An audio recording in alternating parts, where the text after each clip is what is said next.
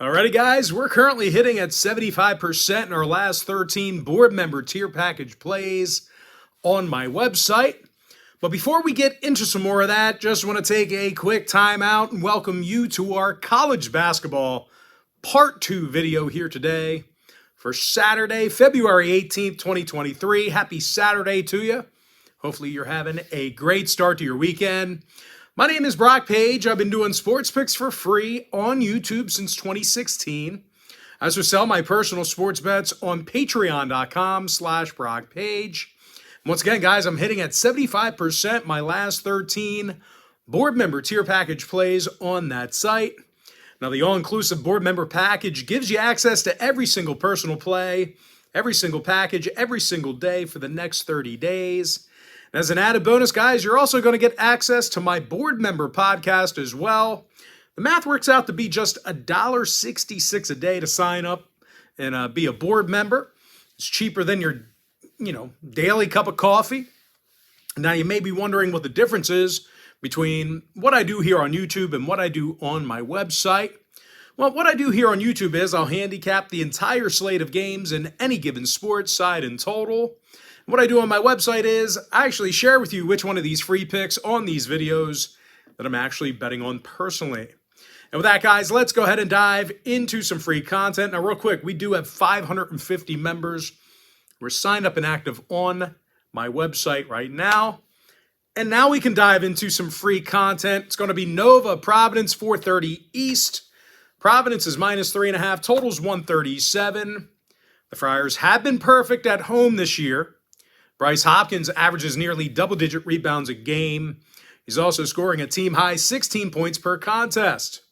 Meanwhile, Ed Croswell, he's scoring a dozen points a game himself, and he also averages 7 rebounds. When it comes to offensive production, the Friars are averaging 83 points a game on their own court. They're facing a Nova team who lost 7 of 10 on the road this year, and they have a losing record against Big East opponents. When it comes to offensive production, the Wildcats are averaging just 66 points a game away from the main line. Now, total-wise, Nova's 67% to the under in their conference ball games. Meanwhile, Providence has gone 60% to the under against Big East opponents themselves. Give me Providence -3.5, under 137. Next contest, Pitt, Virginia Tech, 5 o'clock East. Virginia Tech's -5, totals 145. And even though the Hokies are favored at home here, they've really had their hands full with conference opponents. Out of 15 contests against the ACC, the Hokies got the W only 5 times. And no real surprise here, guys. Virginia Tech covered in just 33% of those conference matchups. They're facing a Pitt team who plays really well on the road themselves. The Panthers won 6 of 7 conference games while traveling. They're also 12-3 overall against the ACC this year. Greg Elliott, he's shooting over 42% from three land, and he's actually averaging double-digit points a game. Meanwhile, Blake Hinson's averaging nearly 16 points a game himself. He's actually leading the team in scoring. Now, injury-wise, KJ Marshall's questionable for Pitt. Darius Maddox questionable for Va Tech. When it comes to the total, the Hokies saw their last 7 straight get over the number. They're also 12-3 to the over against conference opponents. Meanwhile, Pitt saw overs recently against the likes of Florida State, Louisville, and Wake Forest. Give me the Pitt Panthers +5, over 145. Next matchup, it is going to be Duke, Syracuse, 6 o'clock East. Duke's -2 on the road, totals 140.5. And even though this is a super short number, you still got to consider the fact that Duke failed to cover in 8 out of their last 10 ball games. They also took the loss in 6 out of their last 8 on the road. They shot just 27% from three land in those contests. They're facing a Syracuse team who's on a 3-game winning streak, and they have double-digit victories at home. Syracuse is scoring nearly 80 points a game on their own court, and they're making nearly 50% of their field goals in that same category. Jesse Edwards, he's making 58% of his attempts from the field. He also averages 14 points a game. Meanwhile, Joe Girard leads the team in scoring with nearly 17 points a night. When it comes to the total in this one, Syracuse went 60% to the over in their last 10. Meanwhile, Duke saw overs recently against the likes of Virginia, Wake Forest, and Virginia Tech. I'm going to lean towards Syracuse +2 over 140.5. Next game, Georgia, Alabama, 6 o'clock East. The Alabama Crimson Tides -19, totals 153. Now the Tides undefeated in Tuscaloosa, and they covered in nearly 70% of those home games. Now the Tides limiting their opponents to just 26% shooting from three land. They're also in the top 3 in the country in defensive three-point percentage. Now they currently have one of the lowest defensive field goal percentages at home in the nation as well. They limit their competition to just 35% shooting from the field in the Coleman Coliseum. Brandon Miller has 20 blocks on the year and 23 total steals. He also leads the team in scoring with over 18.5 points a game. Meanwhile, Mark Sears is scoring 13.5 points per contest himself. He's draining nearly 40% of his three-pointers. Now they're taking on a Georgia team who's giving up just way too many points on the road. The Bulldogs allow 76 points a game away from Athens, and they've lost 7 out of their last 8 on the road. And when it comes to the number, 5 out of Georgia's last 8 road games did get over the total. And in their last 10 head-to-head meetings with Alabama, the over cashed 70% of the time. Alabama averaged over 78 points per contest during that stretch.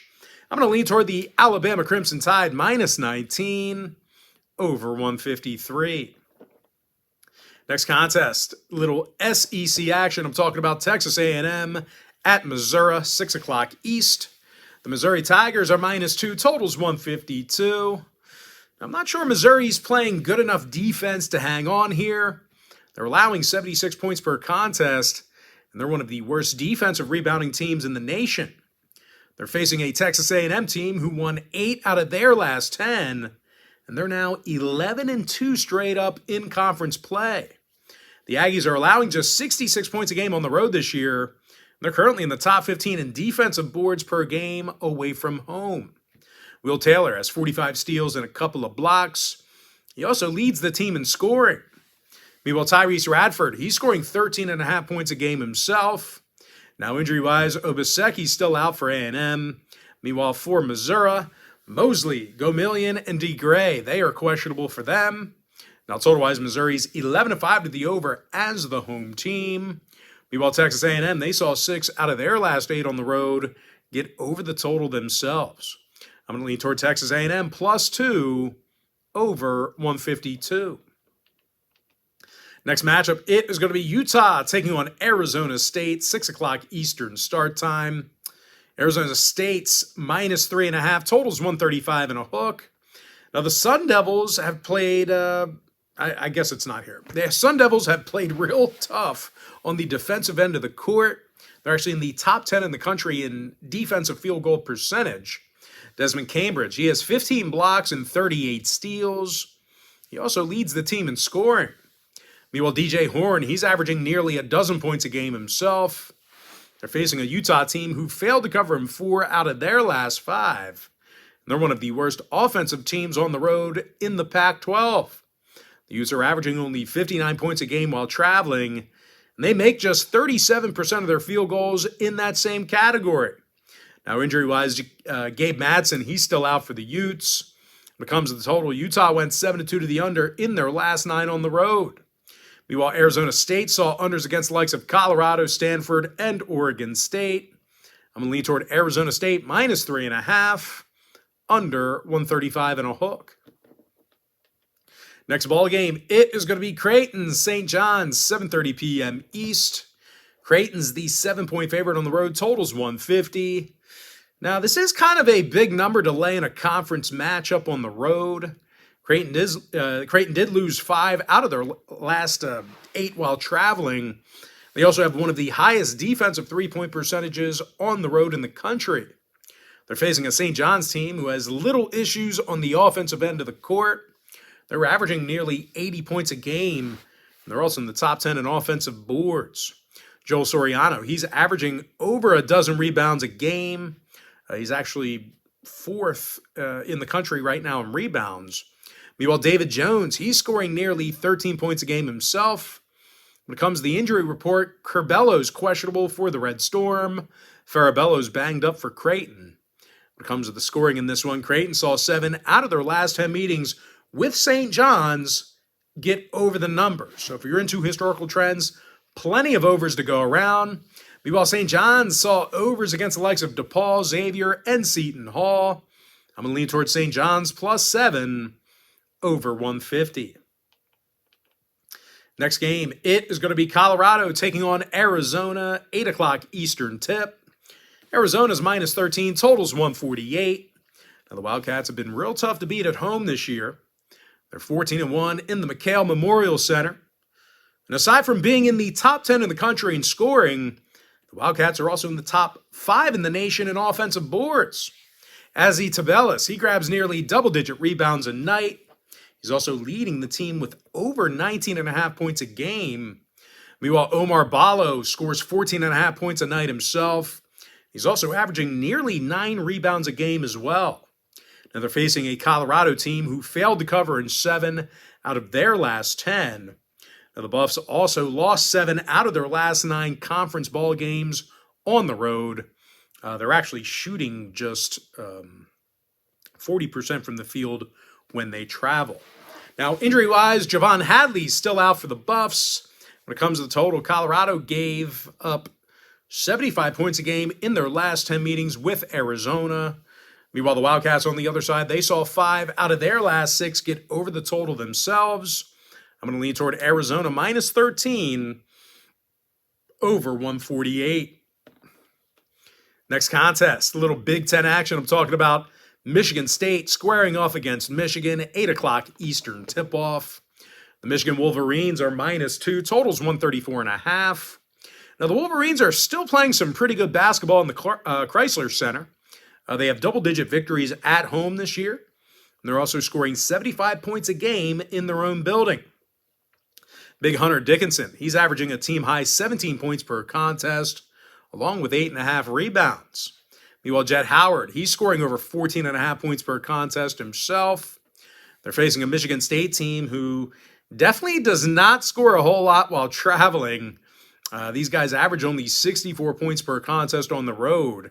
And in addition to that, Sparty also failed to cover in 5 out of their last 8 away from East Lansing. Now, total-wise, Michigan State went 4-2 to the over in their last 6 conference ball games on the road. Meanwhile, the Wolverines on the other side, they saw 5 out of their last 8 conference games at home get over the total themselves. I'm going to lean toward Michigan minus 2 over 134.5. Next contest I have for you, it is going to be Auburn squaring off against Vanderbilt, 8:30 p.m. East. Auburn's minus 3, totals 145. Now, Auburn's leading the country right now in defensive field goal percentage on the road. They're limiting their competition to just 37% shooting from the field when they travel. And once again, that is the best in the nation. That is the absolute best in the nation in that category. Johnny Broome, he has a staggering 61 blocks on the season, along with 24 steals.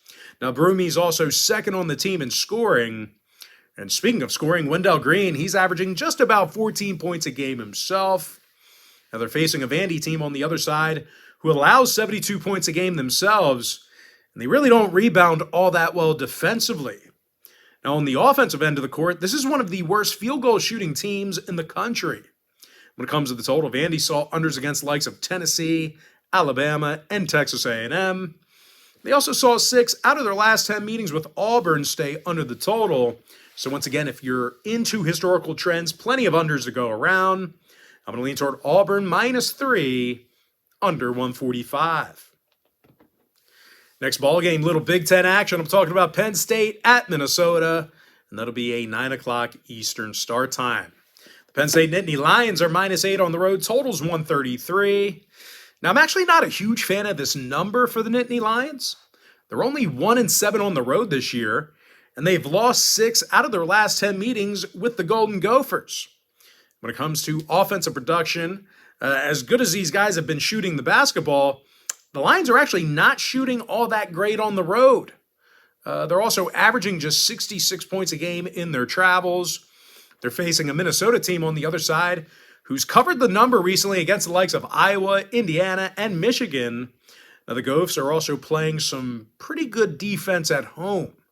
They're allowing only 66 points a game in the Williams Arena. Tyon Cooper, he has 25 steals and 21 blocks on the season. Now, Cooper's also averaging 10.5 points per contest.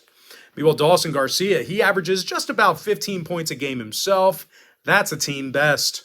When it comes to the total, Minnesota's 11-3 to the under in Williams Arena. They're also 70% to the under for the entire season. Meanwhile, Penn State's 4-3 to the under in their conference ball games on the road. Give me Minnesota +8, keeping that one close, under 133. And with that, we're going to jump into our next and final breakdown for the video. It is going to be Stanford at USC, 10 o'clock Eastern start time. The USC Trojans are -5.5, totals 141 and a hook. Now, USC got the W in 7 out of their last 10, and they've been nearly unbeatable at home. They're 13-1 in the Galen Center, and they also play some really tough defense there. As a matter of fact, the Trojans are in the top 10 in the country in defensive field goal percentage. Kobe Johnson, he has 59 steals on the season and 13 blocks. Meanwhile, Boogie Ellis, he leads the team with 16.5 points a night. Now, they're facing a Stanford team who lost 3 out of their last 4 themselves. They have just 1 road win all year. And out of 15 conference ball games, the Cardinal got the W only 5 times.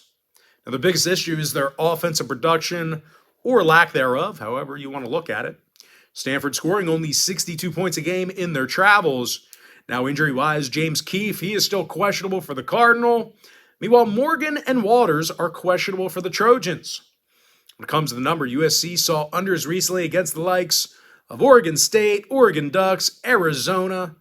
They also saw 6 out of their last 10 meetings with Stanford stay under the total.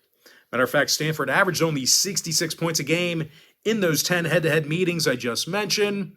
Give me USC -5.5, under 141 and a hook. And with that guy, actually, we don't need to go through the quick pick recap. I'll just put them in the description.